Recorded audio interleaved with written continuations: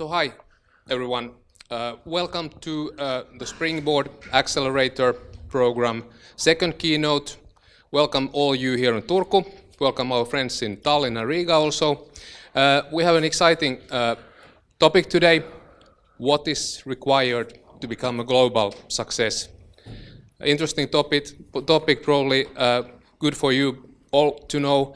And without any further introductions, we have Aape Pohjavirta from Funzi, also know from Startup Sauna and Founders Institute. I trust you know better your lifeline as what I do. So I give the word for you. The floor is yours. Have fun with these people. Have fun with the people in Tallinn and Riga also. Yes. Hi. All right. Thank you. Hi Tallinn. Hi Riga. Hi Turku. Lots of old capitals. Already almost 1,000 years ago, these cities had frequent trade with each other, sharing lots of cultural things, lots of trade associations, and a set of rules. It was actually one of the first environments for trade without borders. And, Hanseatic trade. So that's like, I respect Turku because my mom went to university here, and so I'm almost a Turku person. Yeah, I will be talking about global business and what you have to look at when you want to become a global success in the future. If you have any interesting things on your laptops, thank you. This is me in 1990. You see, I had hair. It looks good, right? And this is me in 2013, speaking into my shoe. In whether you recognize the then Minister Stubb, Alex, and a couple of ministers from Africa. The reason I was talking into my phone was I wanted to make a point about technology being irrelevant, and globalism and globalization and success cases actually being driven by people, individuals who are really good at what they do. And that's sort of like, this is what life should be all about. Happiness. A few thousand years ago, a Greek philosopher called Aristotle lived. And he was, philosopher's job is, what is a philosopher's job? Philosopher's job is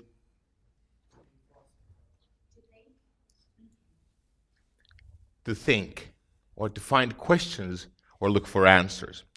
There's an American country singer, it's like a drunkard country singer called Jimmy Buffett, who has this song, He Went to Paris, and there's this old guy who goes to Paris trying to find answers to questions that he never found.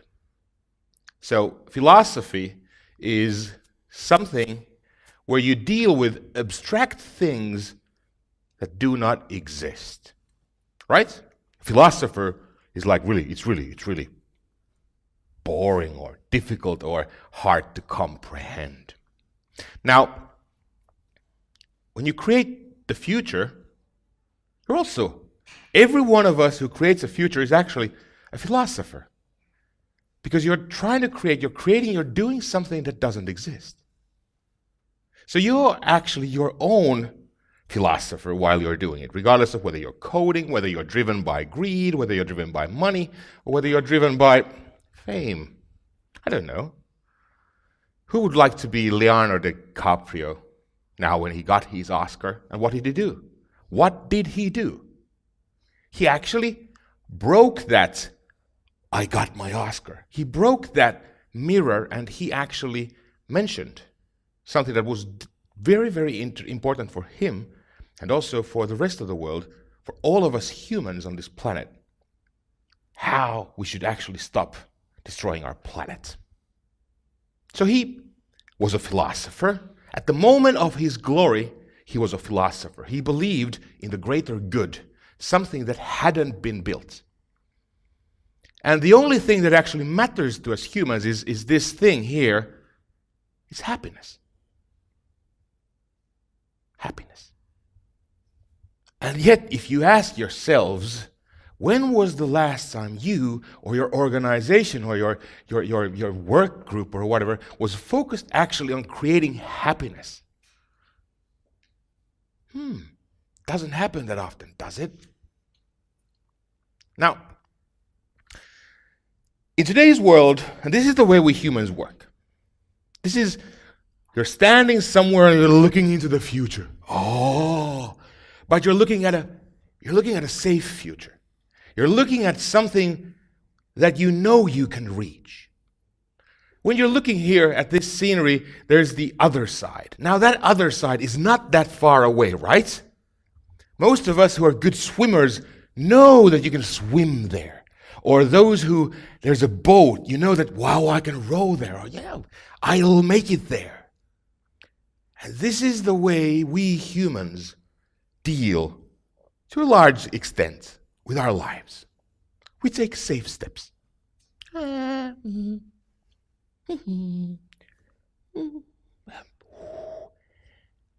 I dare to stand on this one? Do I? Do I dare to hop? Jump? Should I? Could I? Yet the future is like this. When you look beyond the horizon, but you can't look beyond the horizon. So there's the horizon and there's something beyond the horizon, and that beyond is the future. Something none of us has seen except for me. But most of you have never seen. You haven't been to the future. And that's the exciting thing. Yet so many of us think that this is the future. Yes, this will happen. And then we have this yhteiskuntasopimus, and then we will sign this deal amongst all political parties in Finland, and then everything will be good, and Nokia will sell lots of mobile devices in the future. So, when you're creating a future success, you could think that this is how your life, your journey looks like. So you have this path that you follow, and then the most difficult question for you is to, like, when you come to a crossroads, should I take a light gray or a dark gray?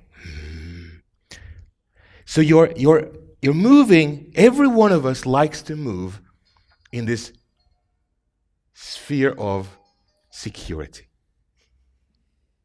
Who was it? I don't know, probably a phone salesperson. Okay. But when you think of how we learn and how future is shaped, how we create things, whether it's called design thinking, whether it's called curiosity killed the cat, or whatever phrase you want to use, you have to do stuff. You have to fail in order to be able to create new stuff. Right? And this is something that then the public, the greater public, for example, here in Finland, a couple of years back, you all remember, Supercell. Well, Supercell, when they make mistake, they drink champagne. And you're like, but that's not the point. The point is that you have to be open-minded towards doing things that haven't been done before. And why is it important to do things that haven't been done before? Is because you're creating a future that hasn't been done before. So anything and everything you do is insecure. There's no way of knowing what happens. And if you start planning your future success, global success, from anything else except from the absolute uncertainty of success, but certainty of failure, then that is the correct mindset if you want to start thinking about global. So don't focus on the success that might be there, but focus on those small, little failures that will come. Now, I will later address a couple of these, what kind of failures you should seek.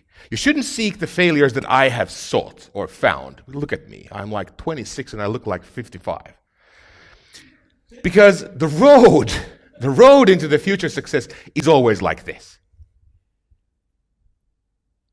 Now, what do you need in order to succeed, and why do these things become more complex into the future. The further we travel into the future, the more complex will these things become. Now that Pohjavirta guy, he speaks like in riddles. He thinks he's a philosopher. I'm not a philosopher, I'm a practitioner. Now, first of all, this is the way the world looked like in 2005 when the people outside of the St. Peter's Basilica in the Vatican were awaiting the announcement of the Pope, the new Pope's name, in 2005. Who remembers 2005? Hand up. Do you remember? In Riga, in Tallinn, do you remember 2005? Good. Now, how many mobile devices do you see in this picture? There's 1, 2, and I think there's 3. Now, same place, same thing, same setting, same thing happening, 2013, and this is what the crowd looks like. Okay? This change here is the most relevant change for anything and everything you will ever do in your life. If you want to do business, or if you want to become a practitioner of a new religion. Remember this, because as Metallica sings, nothing else matters. You might laugh, but remember that the fastest ever, the nation that has been created the fastest ever, the nation to have over 1 billion weekly people who have the passport, Facebook, was created because of this.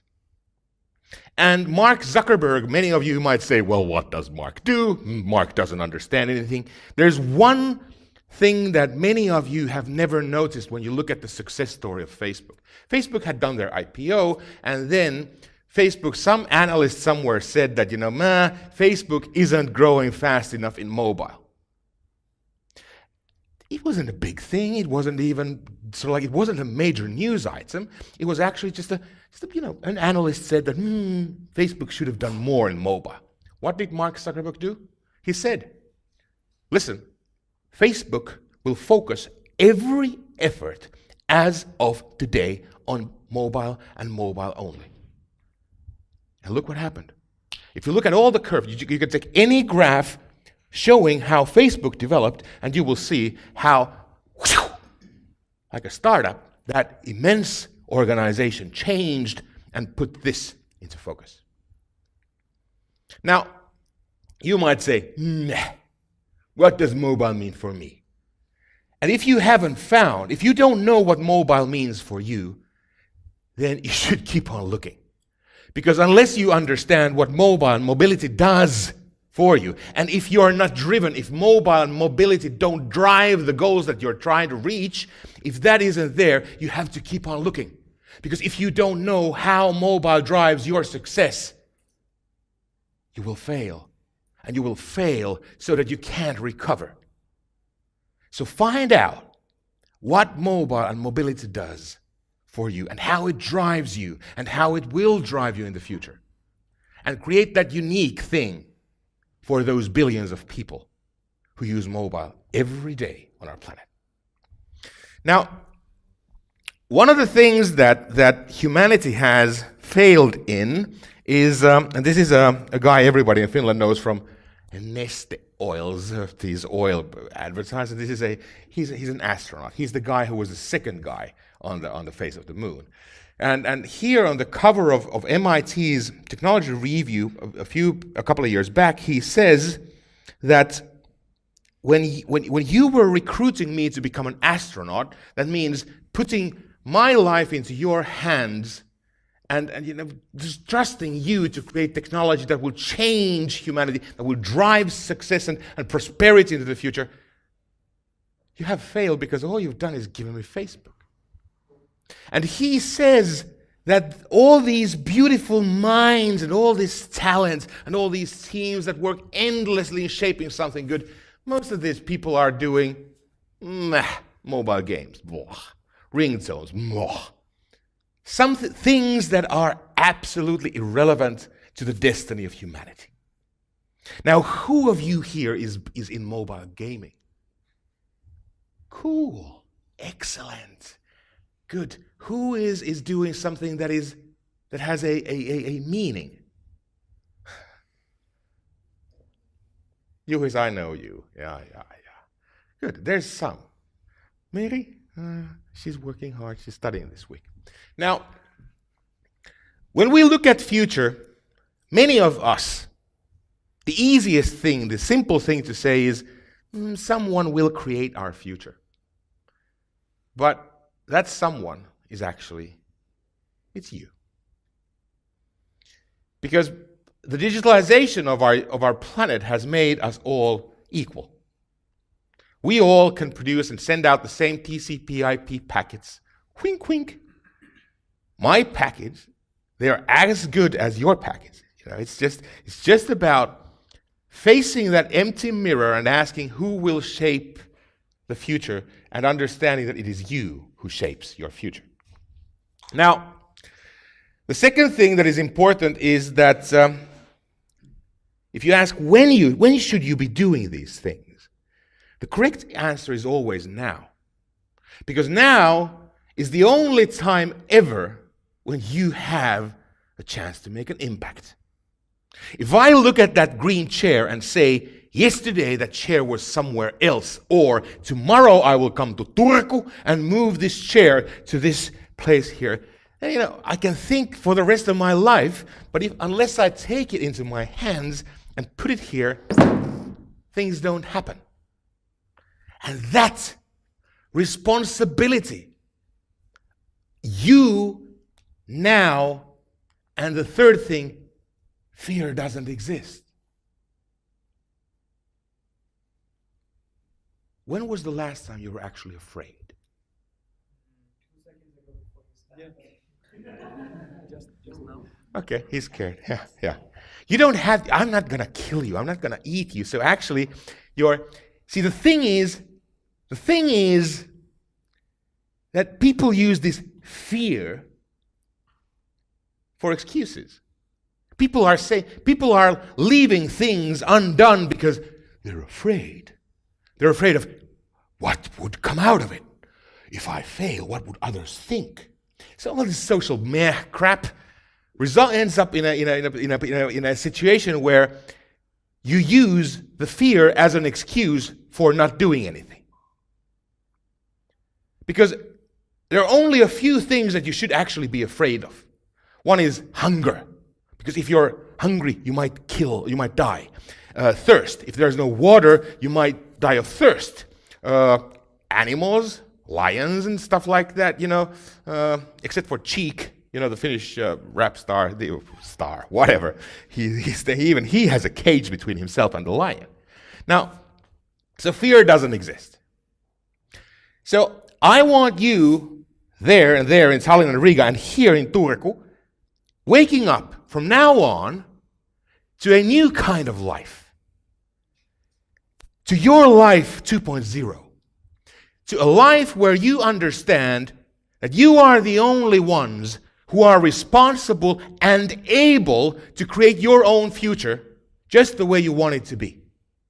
No one else, no excuses, no fear, just action. If you promise that, then that's a good start.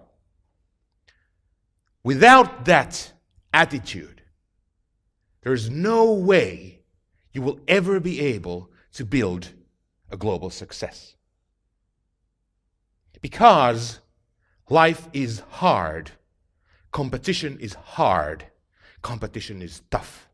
There's always someone who has more money.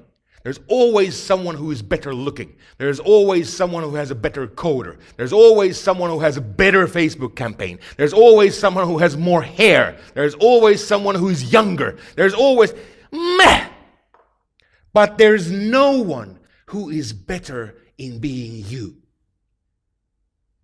You have 24/7 access to the person who is the best in the world always, not just in the world, but in the universe. You. And you gotta use it. Not say, man, what does he got? No, use it. Okay? If you don't share that, if you don't live by that attitude, forget about being global.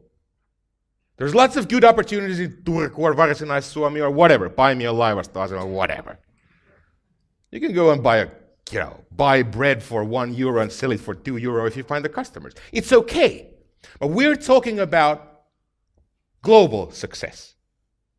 Not stuff that is meh, but like big things.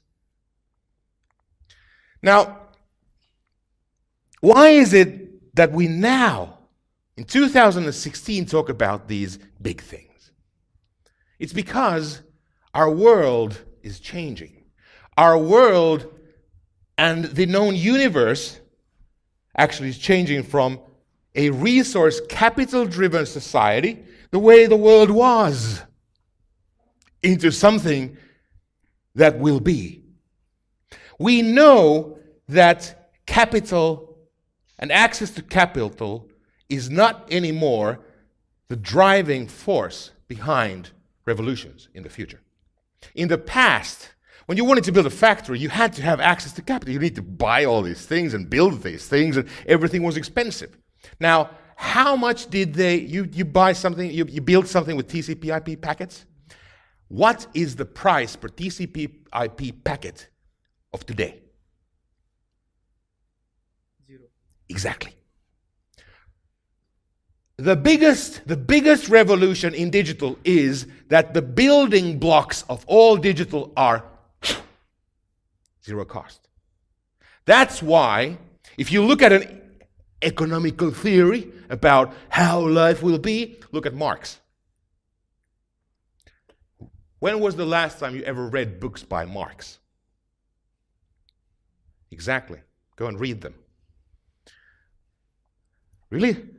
Not joking. Read. Now, we see all this in the way businesses develop. This is an example of the Encyclopedia Britannica. I don't know whether, was this one. Yes. The big bunch of books. There was a time when in Greater London area, when a future father-in-law entered the library of a potential young candidate, a bachelor, and looked at the library and said, "Dear John, you're not a civilized person." And John said, "Why not? You do not own an Encyclopedia Britannica. There is no way you could learn things, because all wisdom, all knowledge in the world was in those books." And the funny thing is that over just a few years, couple of decades, and whoosh, everything vanished. When I was a young guy in the 70s, there was this new thing called Spectrum. I think it was Spectrum in Finland. Whoa, with color printed. Every page was printed in color. So there were lots of people who had these encyclopedia at home that were black and white, and then they bought Spectrum because Spectrum was in color. Forget that. But we have to understand that change happens really rapidly. And this isn't a new thing. Everyone who goes home and says, "Oh, this is this revolutionary thing I heard today when I went there, and he was talking about this transformation of the world." It's nothing new. Already in the 70s, the scientists published a book, The Boundaries of Growth, The Limits of Growth, the Club of Rome, where they actually showed that with this growth and with the consumption, the way we use the resources of our planet to drive growth, this capital-driven system will collapse. And this is what is happening. Now, what this means is that, and now I'm really being brutal towards the public innovation ecosystems around the world. Instead of having a mainstream innovation ecosystem, we need disruptive ecosystems. Disruption means that you break things. Disruptive innovation means that you break things and replace things with better things. The future is not shaped by doing the right things better, but by doing and creating better things. Right? Keep that in mind. Do not look at something and polish, but say, why? Ask the question, why should I be doing this? And throw it away. Make people unemployed. Make people lose their money. Make people lose their homes. Drive change. Because change is not friendly. Innovation is not friendly. Revolution very seldomly is friendly. Okay? So there isn't a thing. Have you heard of this evolution? Have you heard of evolution? Who believes in evolution? In the US, there's always people who don't believe in evolution. Okay, let's just, for our case, let's just settle on everybody believing in evolution. So evolution is a curve, right? Like a curve, beautiful curve. Evolution works this way. Now, this is how we have been taught in school. First, there were apes, and then the apes. Stand up. Then the apes, come here. The apes were replaced by humans. And this was a friendly takeover, right? The ape was there. Ape looked at this person and said, human being, more clever than I am, so, okay, you stay here. And they walked away. Nah, thank you, you can go back. What happened was the apes were slaughtered. The apes were dead, they were killed. So it wasn't a friendly takeover. And in the future, if you look at disruptive innovation, it isn't a game of friendly takeovers. Okay? No friendly game. Now, unless we succeed in all of this, this is what will happen. People will be out of jobs. Now, that is not news to anyone who has been reading science fiction. That is not news to anyone who has been able to think openly beyond the horizons and looking at things, what will happen in the future. It has been quite clear for quite some time that we'll be out of jobs. Not all jobs, but we'll be out of stupid jobs, meaningless jobs. We don't need stupid jobs. Now, if we need good jobs. Now, just on the weekend, you probably noticed that Mercedes-Benz said that they will stop installing robots into their car factories. Why? Did anyone notice that news item? What was the reason for that? Robots are not flexible and? Yeah. Now, the biggest thing is that a robot does what the robot is programmed to do. Robot doesn't perform excellence. Robot produces what it has been programmed to do. So learning and applying excellence is something that is driven by our human minds. Because we know we still can seek for things that could become better. Of course. How long is that going to last? What? Until robots cannot make it better. Never. Of course. What's AI coming up? How long do you think there's not going to be a proper robot and they can actually think and make it better? Let's not get into this dispute. I'm just telling you that the day the robots are more clever than we are, we have lost the game. We already have softwares that are more clever than we are. Yeah, but Come on, you cannot ignore that fact. There are softwares that actually think faster than us. They can A robot jump. doesn't do that. You can program it to do it. No, you don't know. It only does it when it doesn't. You can program it to do it. Okay. He's from India. No, I'm actually not. Where are you? Where are you from? Good luck guessing. Help me. Okay, good. Moving on. So I failed to answer the question. I caused the first dispute. So the big question here was, when will robots actually replace all the jobs? Or some? Well, some, of course, yes, but not all. See, the thing is, the big thing here is that we have, what this does, it gives us humans the luxury of actually creating meaningful jobs. The way life could be, where you could actually have time to think of things and worry about others. Like, how are you? He's fine. How could I make you feel better? 10,000 euros.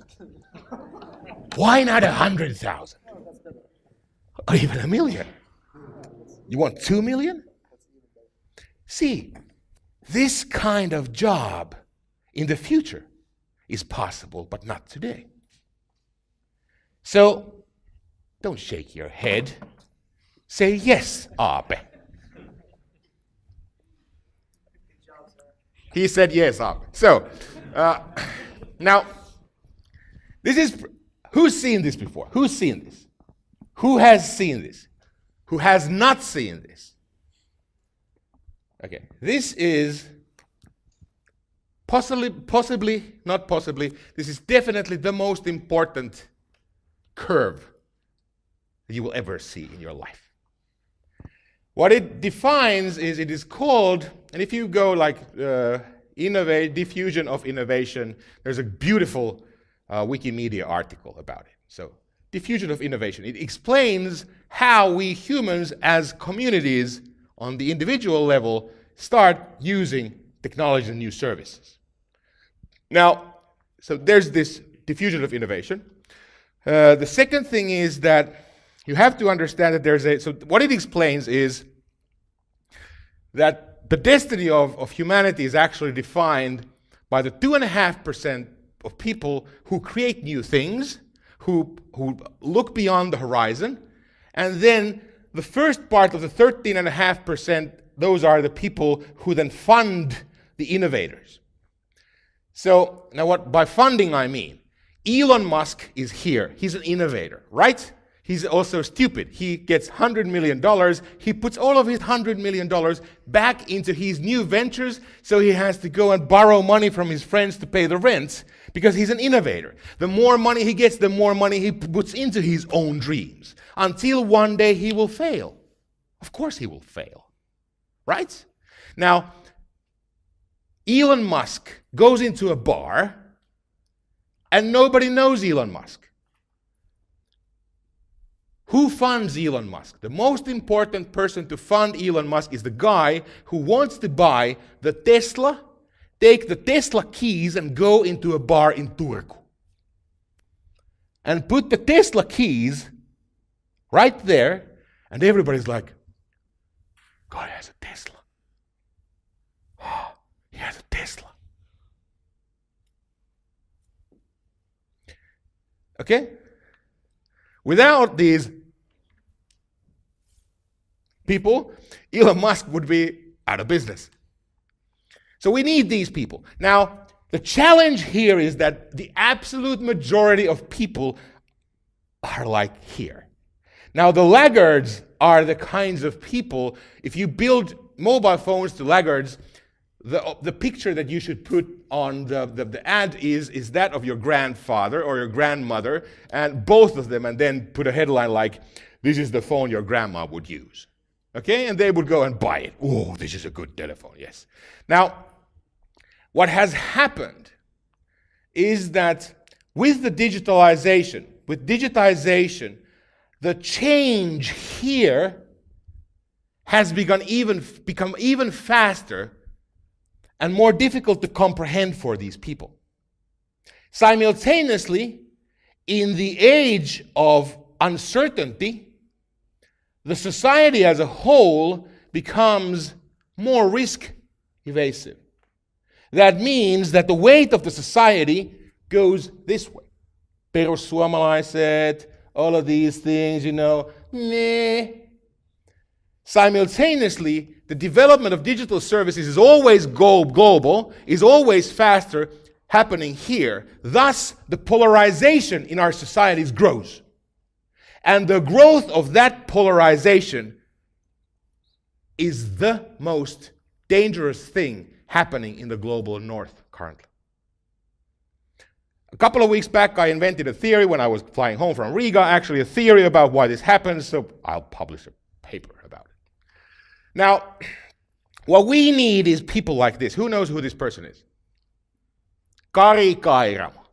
Kari Kairamo was the CEO of Nokia that actually was driving Nokia's development from a paper company towards a digital communications company. And Kari Kairamo was a tough guy. He was driven, and By driven, I mean that he committed suicide because he wasn't happy with the results of his work. So that is why you know that Kari sort of like belonged to these innovators, because, well, yeah? Now, the next quote is probably one of the finest things I've ever read in a book, and it's by Jorma Ollila, though I think that it's Harri Saukkoma who has written this quote. It's about when there was the funeral of Kari Kairamo, when everybody was in the church, a huge blizzard came and the church went all dark. And that was the kind of person Kari Kairamo was. He was a blizzard from Finland. Now, this means that the people who drive change, people who create change, and people who create big things, in future, in uncertainty, anything they look at, they see this. Now, you can look at this and say, but there's nothing. Or you can look at it and say, this is my canvas. This is my universe. This is where I shape things. Remember the attitude. You now, no fear, with the universe as your canvas. You create the future. Now, an example for this is a female person, Finn. Who knows who this person is?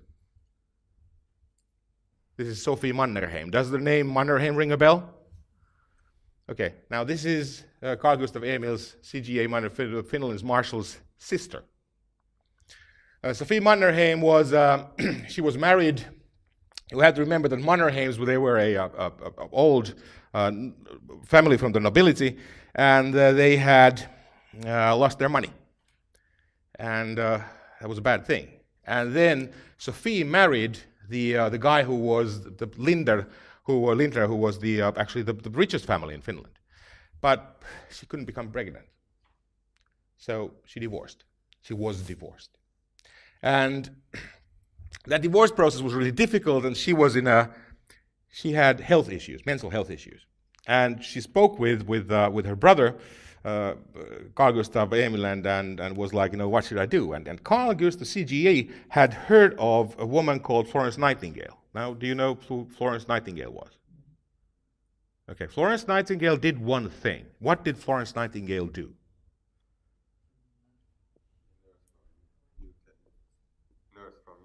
Nurse from UK, yes, but what did she do? How did Florence Nightingale disrupt the world?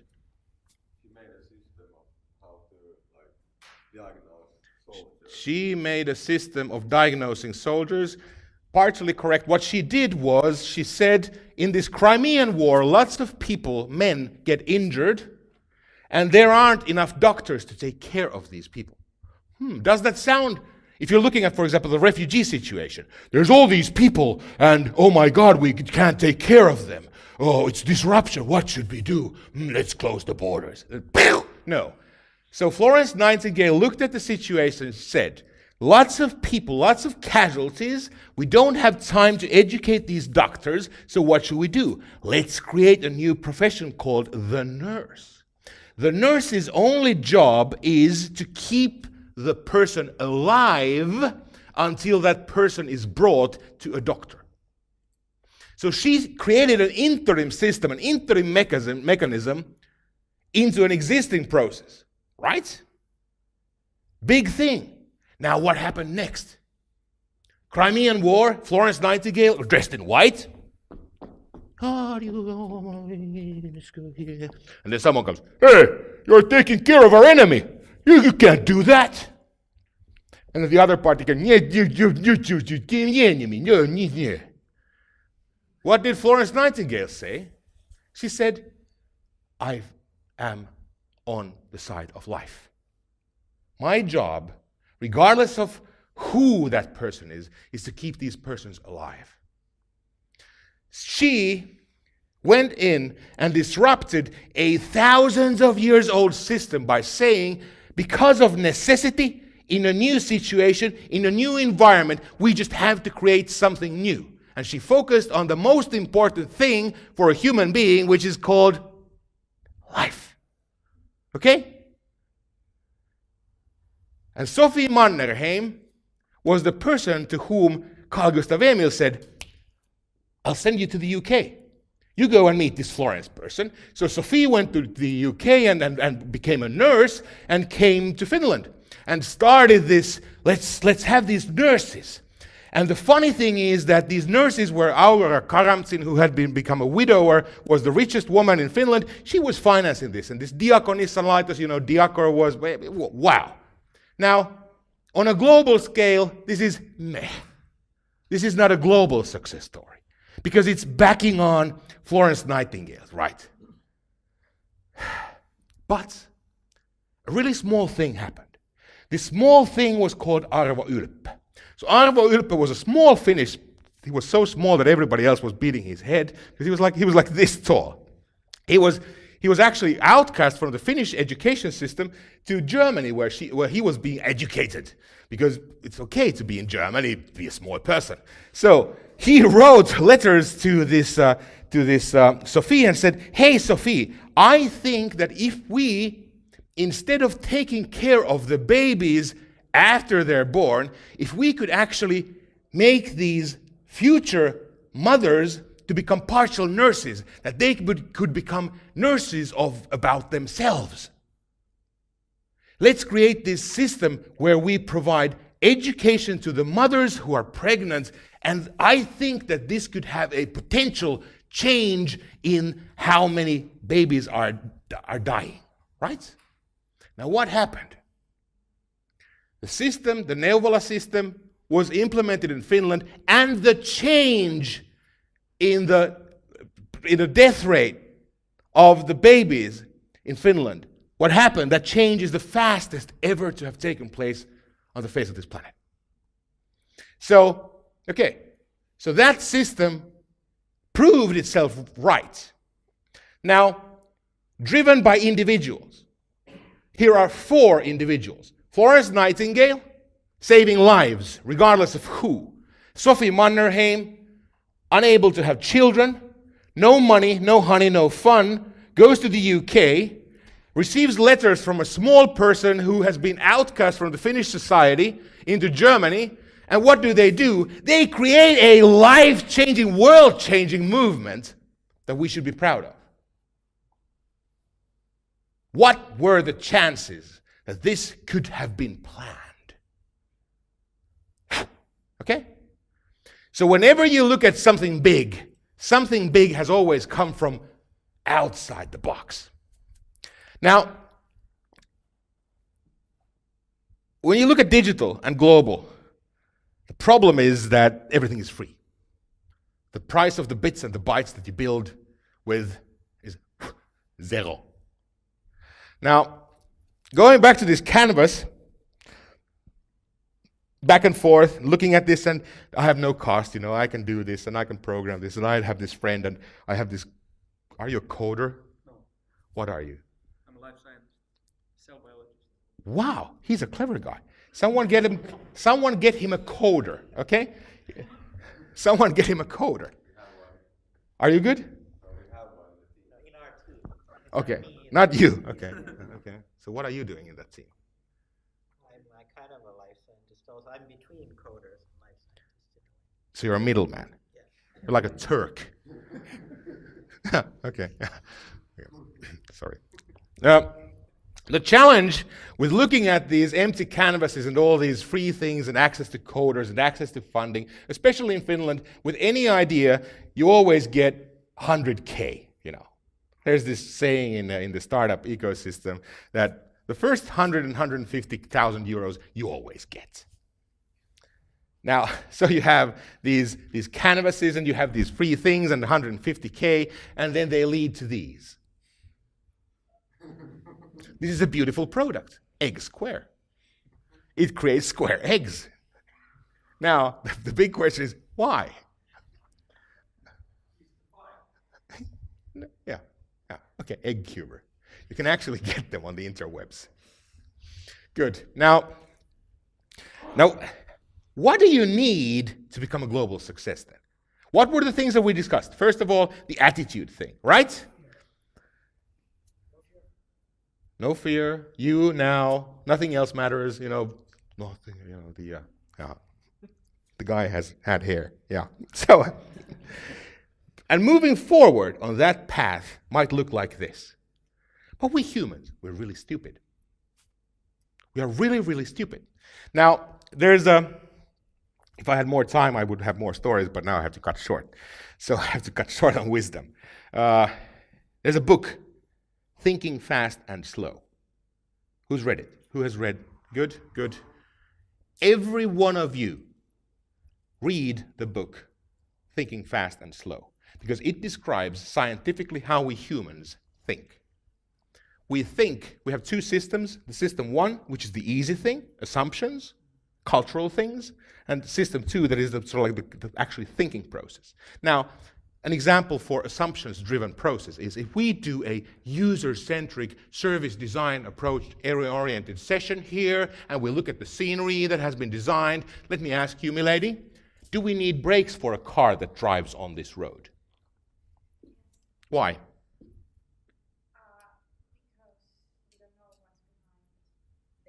Can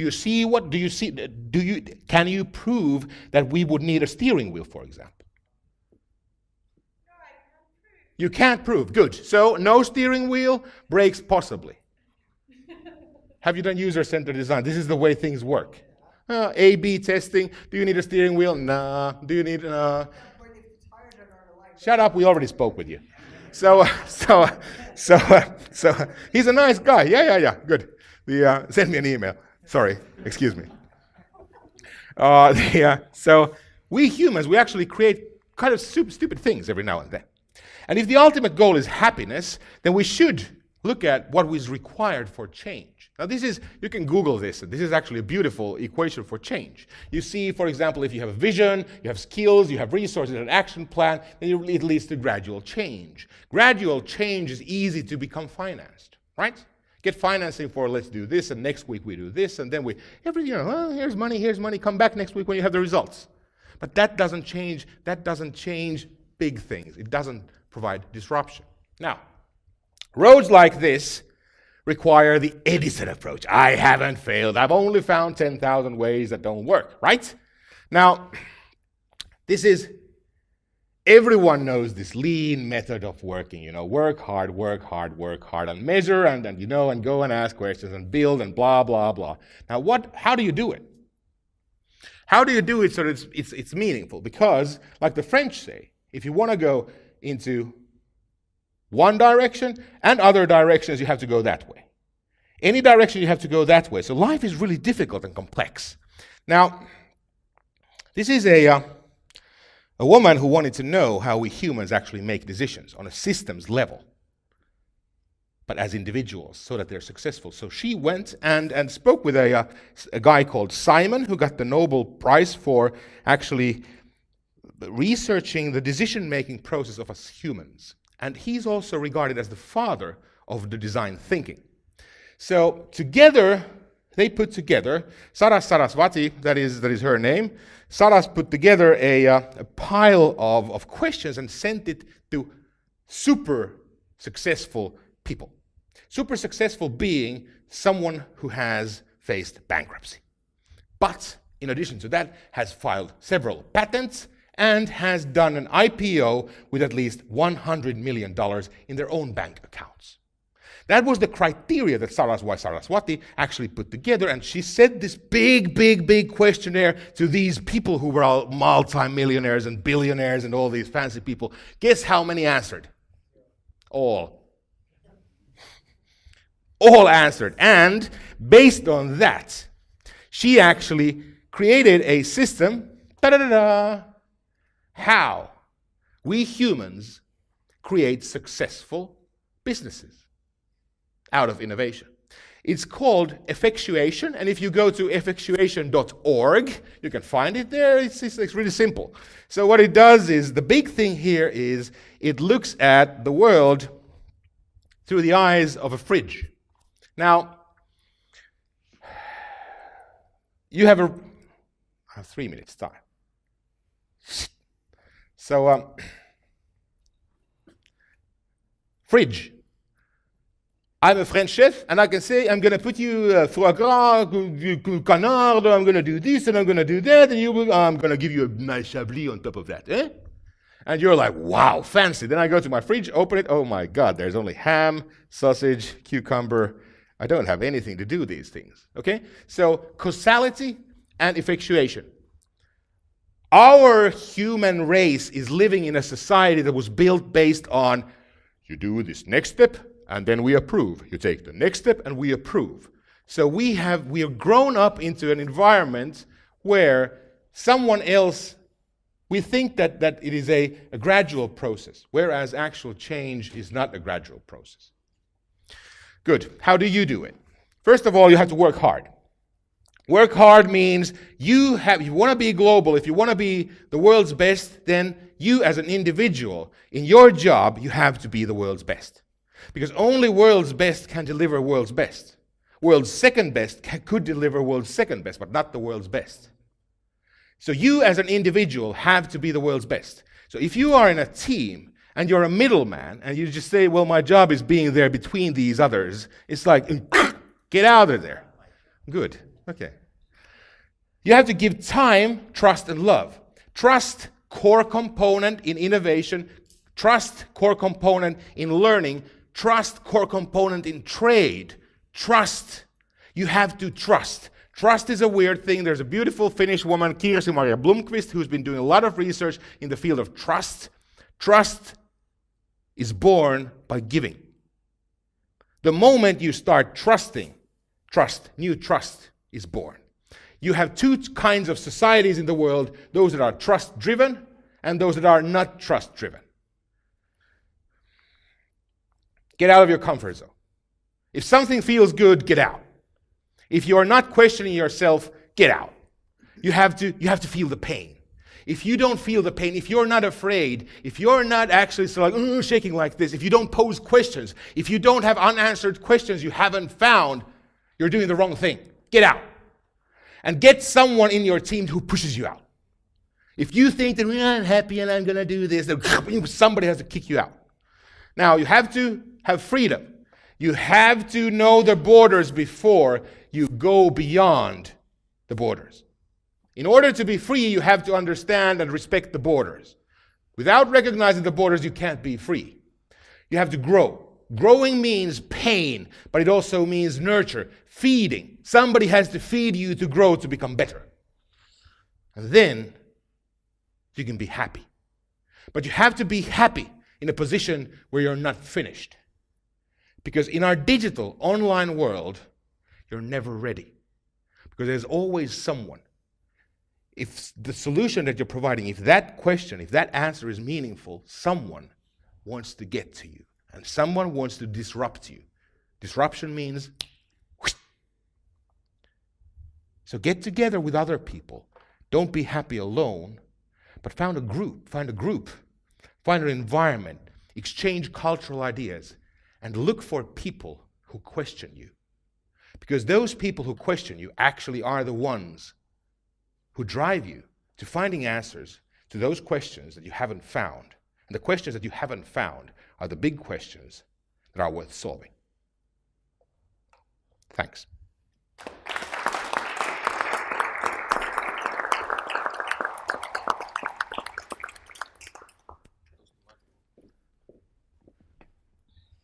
Thank you.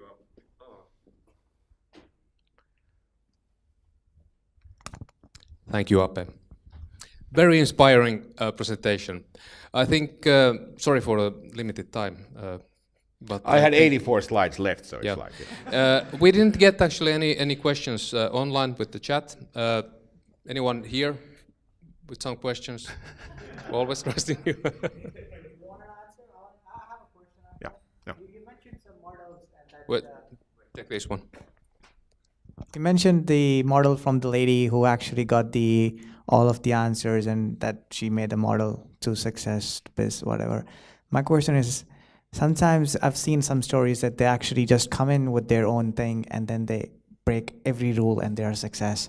So is there actually a real model that works? I mean, if you say that thing, it's like technical stuff. Follow this and you'll be success. I don't believe that's true, or is it?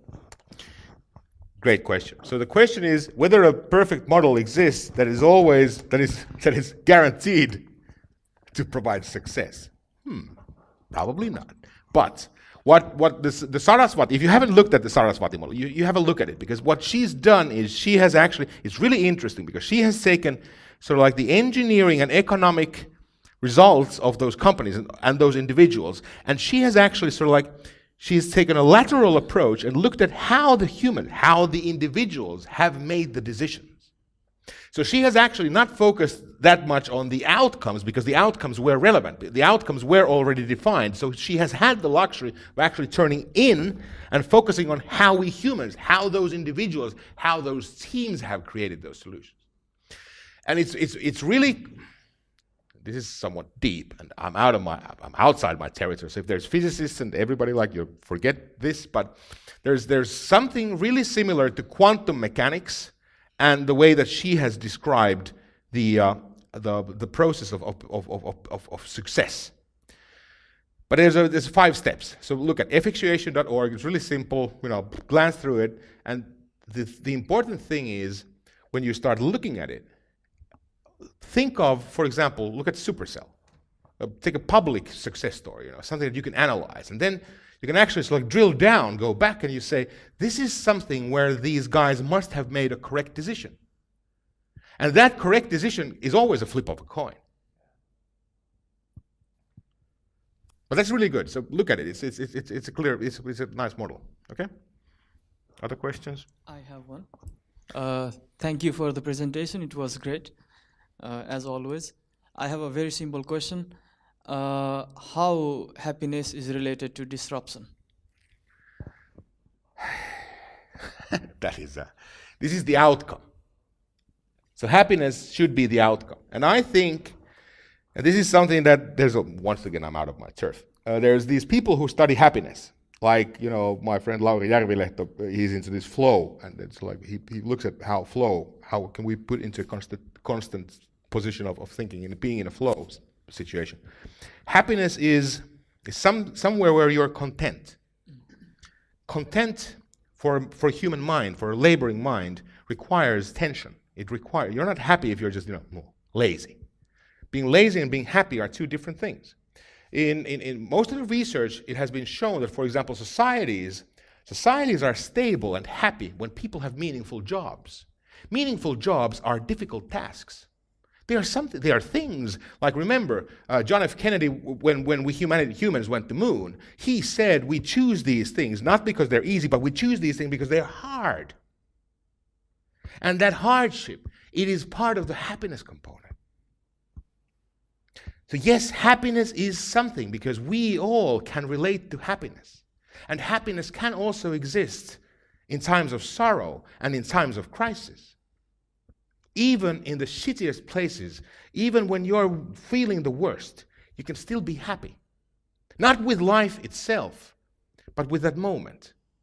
And that is why happiness, like love, as it is undefinable, it actually, you don't know what it is, but it exists.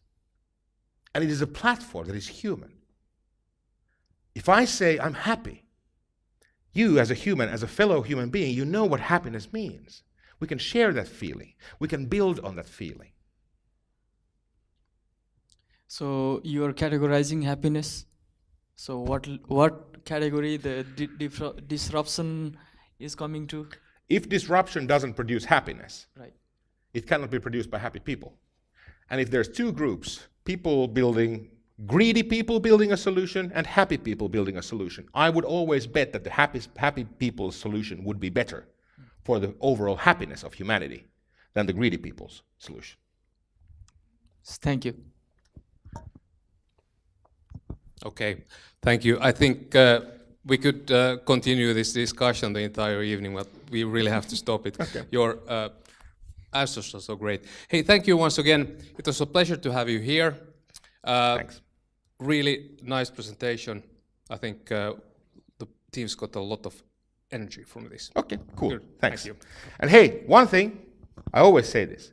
Thank me by realizing your dreams. Thanks. Let's give a big hand here. Okay, now it's time for a short break. Maybe 10 minutes, I think so, 6:15. The Business Up teams will gather upstairs at the silo meeting room, and you have still a couple of minutes here to spend with Aape and others. One reminder actually, remember that next week in Turku we have ICT Turku Week. Go and check the website ictturku.fi. Good information there. Okay, thank you all.